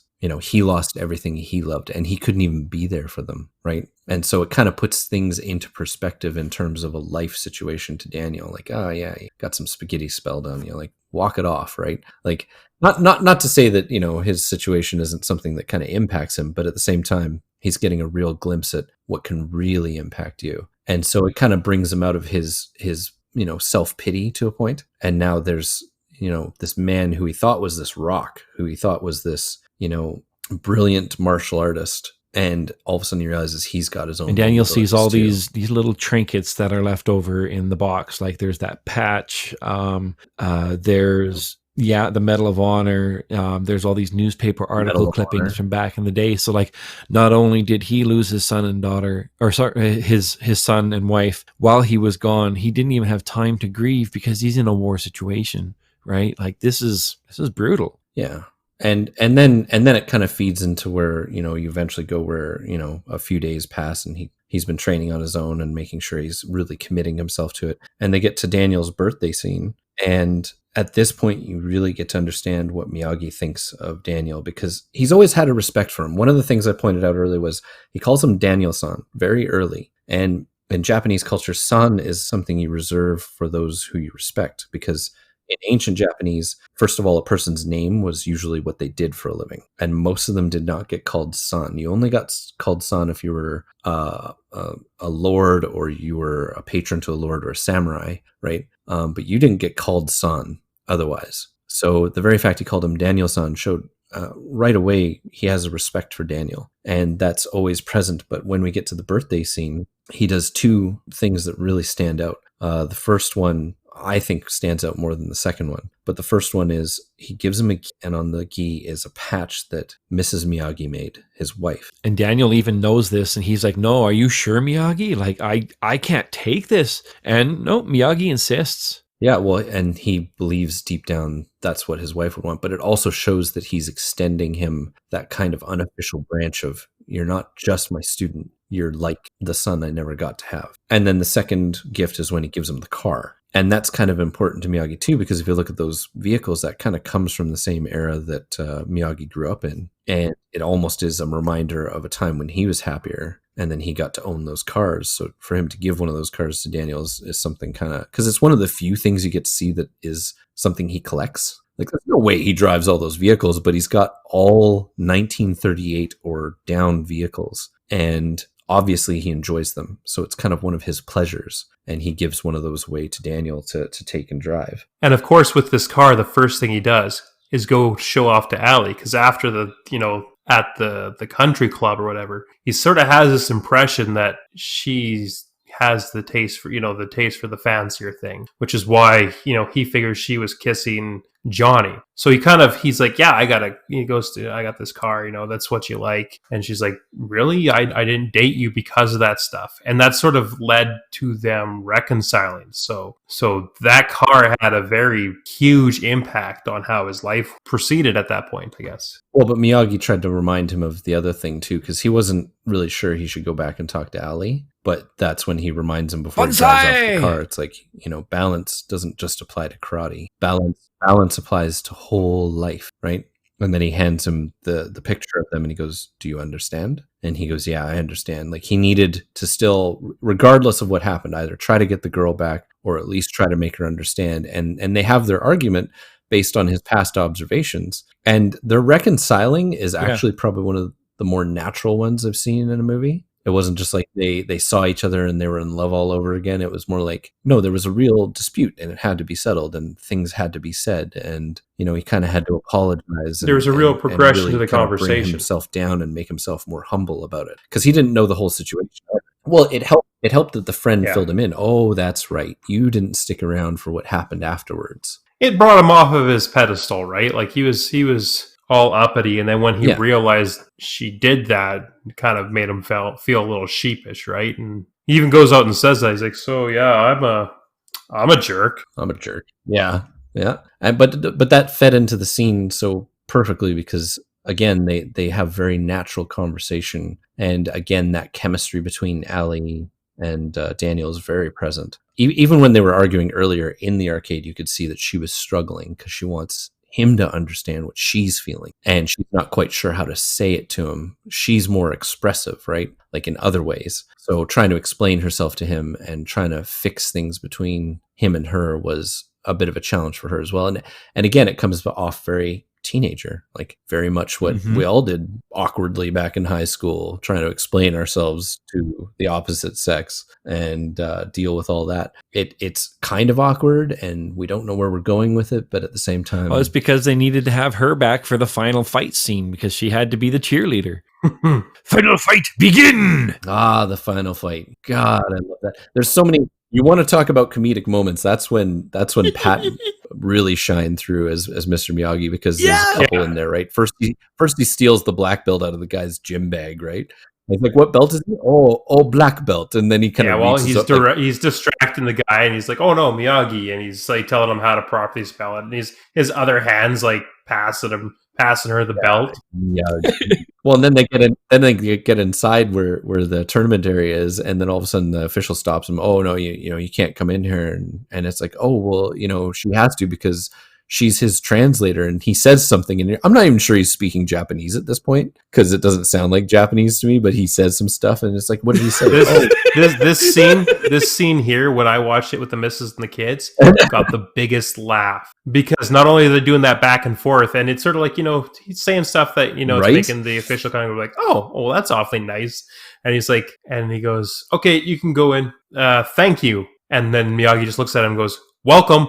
And then he just leaves. Like, so yeah, the guy looks confused as fuck afterwards like that, right? Yeah, he got enough out of thank you and welcome, but he still lets him go inside and that kind of stuff. And then, of course, he's asking him, it's like, so, what are the rules? And he goes, I don't know, first time you, first time me. I thought you knew about all these things, right? Like, so there was a lot of moments where you got to finally have Pat kind of break out the real comedic thing. Because he had bits and pieces throughout the movie, but the end fight scene, he definitely gets to throw a few zingers out there before they get into the great fighting montage. You're the eye of the tiger. And one of the greatest songs ever to go with it. No. I can't think of what? It's the Rye or the Kaiser. That's what Sloan took. Jesus, get it No, right. dude, this isn't the UHF episode. Okay, no. We can't talk. We can't sing it. We might get sued for copyright. Okay.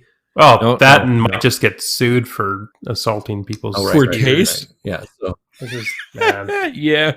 But no, I like how this whole fight scene was so packed. There was a real crowd. There were like real people sparring in the background. Like it felt like there was an actual competition going on around them, not like a couple of staged fights where it was all like that last fight was, right? Yeah, and it goes towards what we were saying earlier on about the schools, right? It's its own ecosystem. You got things going on here, you got things going on there. It's not just focused on these fights. The whole area is alive. There's people doing stuff. It's just that their fights aren't the focus of anybody but the viewers. You get to see some really nice moments here between the other kids, like the bad guy kids, where you see a bit more of their character once again. Who was it who had the fight with them, who was like all apologetic afterwards? Or am I going too far too fast? well, that's Bobby. But actually, if you want to talk interactions, we can even just go back to the locker room where he's getting done up. And I didn't know this for a long, long time. But the guy that gets in his face, let's see, that was Dutch. And Dutch is kind of the psycho. Like you see it. Like every time you see him, his eyes are kind of wide and he's like, chomping at the bit he's chomping at the bit to get into it, right? Like he lives for it. Yeah, he gets into that moment and he's really focused on his opponent. And he does it again here when he approaches him and he goes, "Hey, look everyone, it's Danielle. Hello, Danielle." And he starts giving him kind of flack and stuff, and then he tries to start a fight in the locker room, and the only thing that stops it is the officials. And then he goes, "Remember, when you get out there, you're dead meat," right?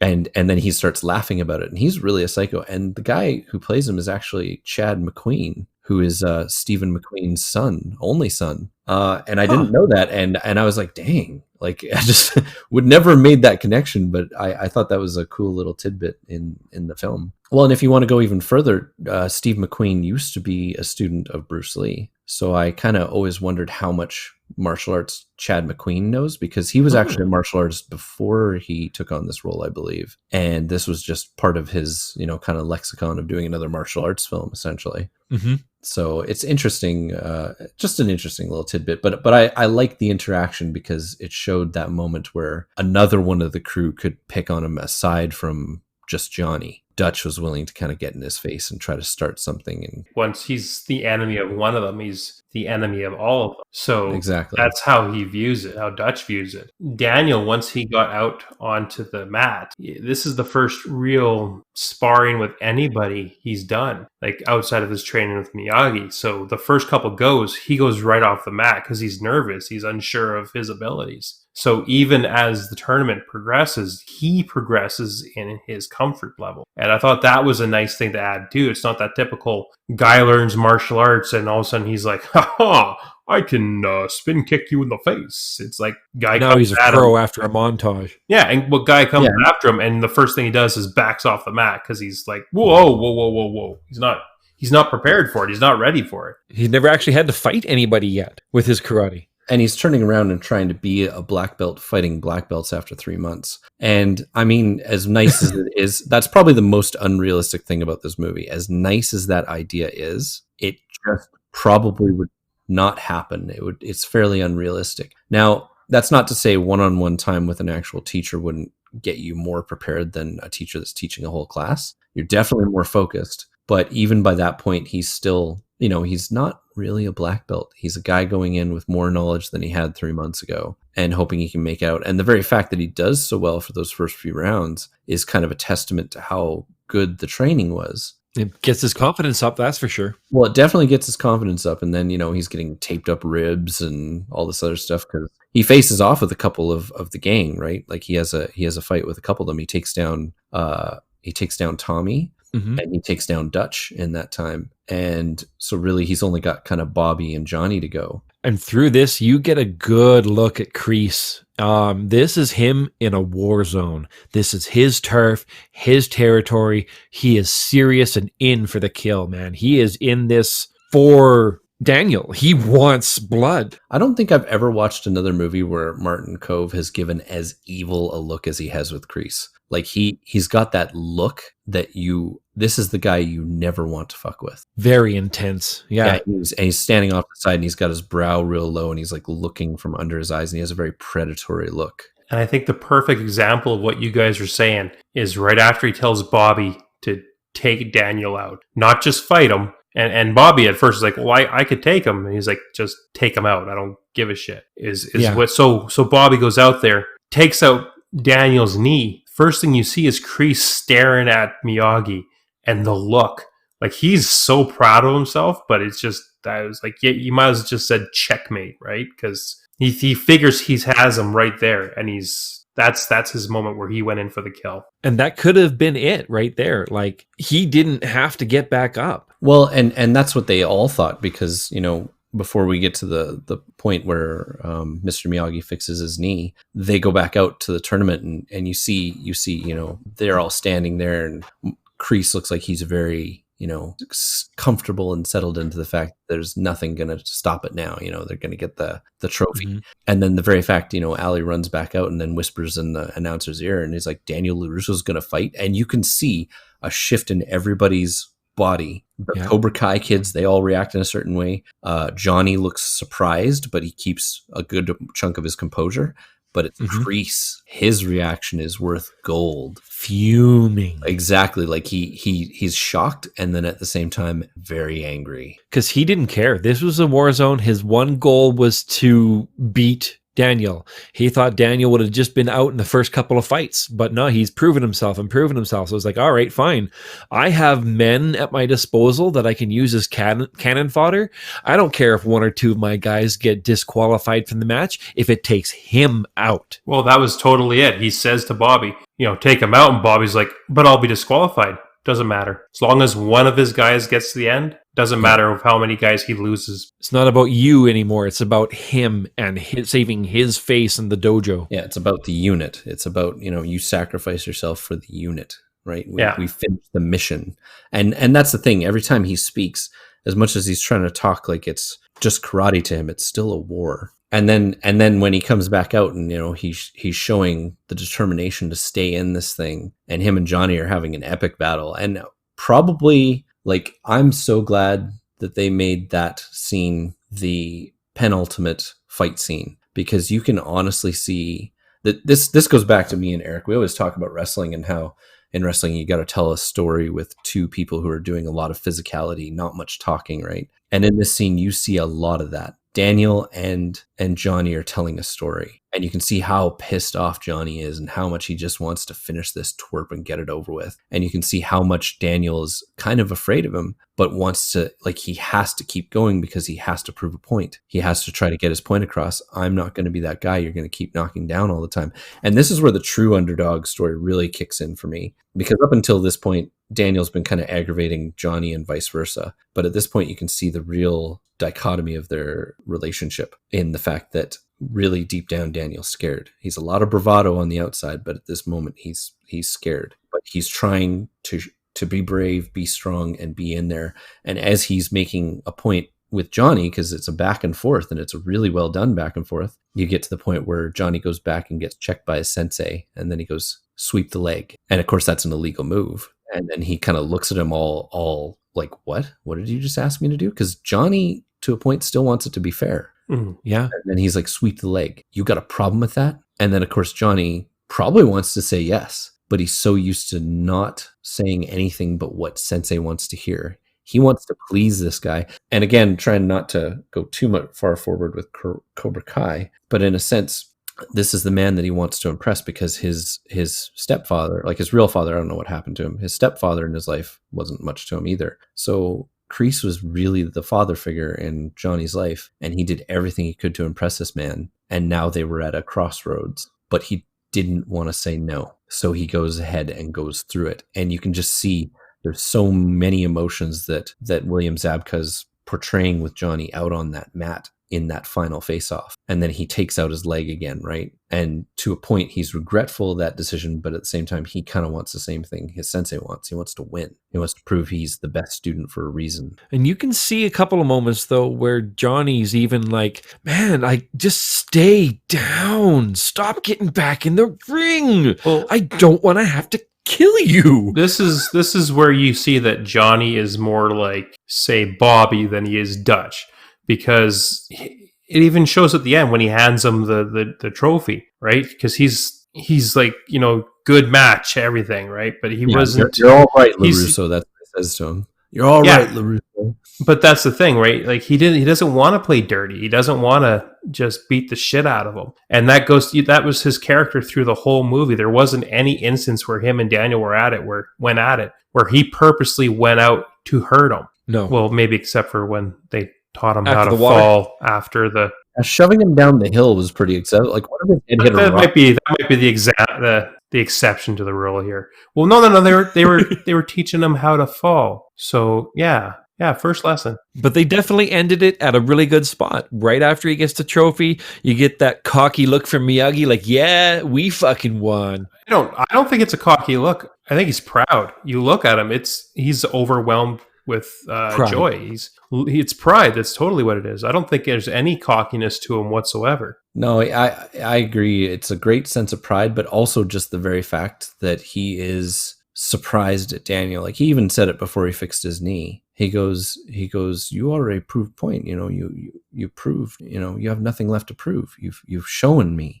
You've shown everybody, you have heart, is kind of what he's saying to him. And then he goes, yeah, I can prove I can take a beating. And the thing is, Daniel doesn't want to give up. And so Miyagi doesn't give up on him. And then it goes through to the point where he wins the tournament.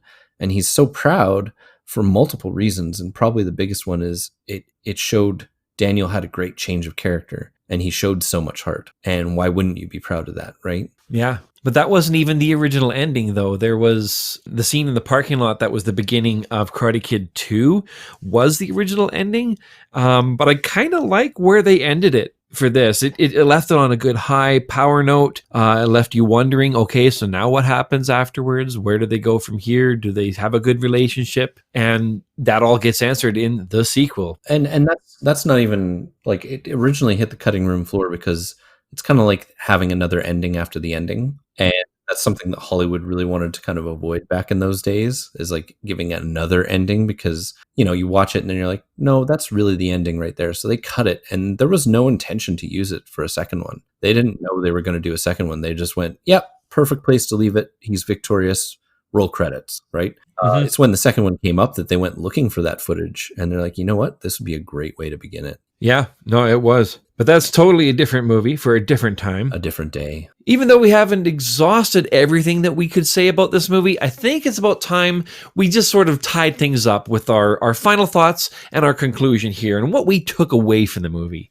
Myself, I enjoyed this trip down memory lane. It really brought back that nostalgia to a time where I had a good sense of moral justice and everything in the world made sense again. It was still a really good moral story, and I enjoyed that. So I think I'm going to have to give this about 8 flies on a chopstick out of 10. Nice. Personally, I really enjoyed this movie. Like I said, I haven't seen it as a kid, didn't really remember much of it. The last Karate Kid anything that I've seen was Cobra Kai 1 and 2. Really got into that, loved it. I know when we chose this, I was a little hesitant about it because, like I said, I thought it was going to be the typical martial arts 80s movie. But no, the acting was really good. Everybody felt real. The situations felt real. There's none of this over-exaggerated, this is the bully, so he's going to pick on Daniel for this reason. There was cases where Daniel was the bad guy, but in their own eyes, each of them were justified. No, it was fun. It definitely had key moments that really reminded me of my childhood. It was a very fun ride. I'd have to give this an 8 illegal kicks to the face out of 10, because that crane kick was not kosher. Yeah, it was. He won. Leave it alone. Don't mess with it. No, it's an illegal move. It's a classic. Don't mess with it. And that's probably where I have a very personal connection with this film, and I probably have for a long time. It really resonated with me what Daniel went through. It really resonated with me because of Daniel's relationship with his mother. And it really resonated with me when I finally found karate and found my sensei, who was very much in the vein a lot like Mr. Miyagi. So that, as more I grew up, the more this movie really meant a lot to me. And then getting to see it and watch it in many different lights and getting to view it from different angles. There's so much storytelling given within this movie that on the surface is not seen right away. But if you watch it enough times, there's so many messages and so many things. I love it. It's one of my all-time classics. I don't know what else I could really say beyond. I give it a 9 bonsais out of 10. Nice. And I guess from all of us here, we would like to thank you for misfiring along with us. And remember, Fear does not exist in this dojo, does it? No, Sensei! Hey, does not exist in this dojo, does it? No, Sensei!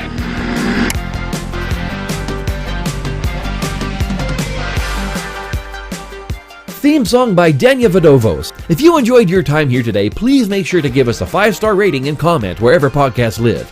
If you would like to join the conversation, have some cinematic suggestions, or any other burning questions, please email us at synapticmisfire2020@gmail.com. You can also find us on Twitter and Instagram at Synaptic Podcast, or find us on Facebook by searching for Synaptic Misfire. Just remember to keep your eyes open for that little green brain.